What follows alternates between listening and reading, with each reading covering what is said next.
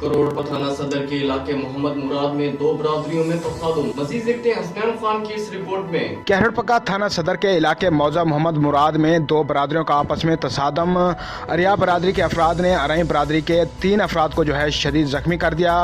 जख्मियों में डॉक्टर मोहम्मद अब्दुल मालिक, अब्दुल गफ्फार, मोहम्मद फयाज शामिल हैं। रेस्क्यू 1112 की टीमें और पुलिस की भारी नफरी जो है मौका पर पहुंच गई। रेस्क्यू ने जख्मियों को फौरन जो है THQ अस्पताल कहरड़पका मुंतकिल कर दिया है।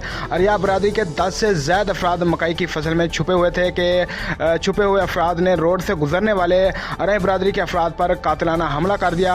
अरिया बरादरी के अफराद ने गुज़श्ता 4 माह में तीसरी बार जो है अरई बरादरी पर कातिलाना हमला किया है। वजह अनाज ये है कि जख्मी होने वाले डॉक्टर मोहम्मद अब्दुल मालिक ने अरिया बरादरी के एक फर्द को जो है इंजेक्शन लगाया था।